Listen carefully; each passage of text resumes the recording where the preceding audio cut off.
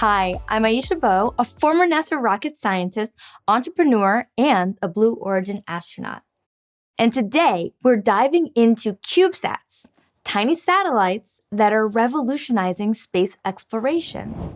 CubeSats are cost-effective platforms for scientific research that are used by space agencies all around the world, including NASA, to conduct Earth observation and explore new technologies. My journey at NASA began in the Small Spacecraft Division at Ames Research Center, where I joined the team building small satellites.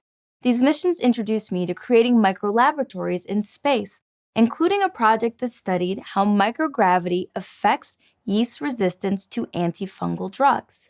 This research helps us better understand how living organisms respond in space, leading to better medicines for astronauts on long missions and potential healthcare improvements here on Earth.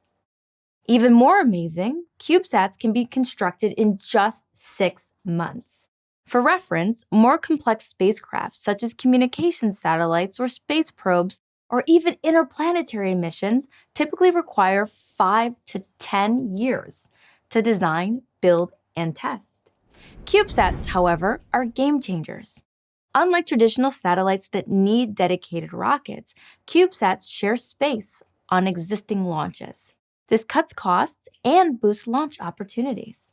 Packed in containers and deployed with a spring system, they make space exploration more accessible than ever before. CubeSats were developed by Cal Poly and Stanford in 1999 as an accessible way to access space, and have ushered in a new era of Earth monitoring. For example, NASA's IceCube mission used CubeSats to observe polar ice caps and study environmental changes. In this lesson, you'll build your own CubeSat prototype, equipped with sensors to identify color and measure temperature. You'll measure humidity and vibration, and you'll also program a servo motor to simulate how CubeSats move themselves in space. It's time to build, program, and explore using the same type of CubeSat technology that drives real-world missions. Let's go.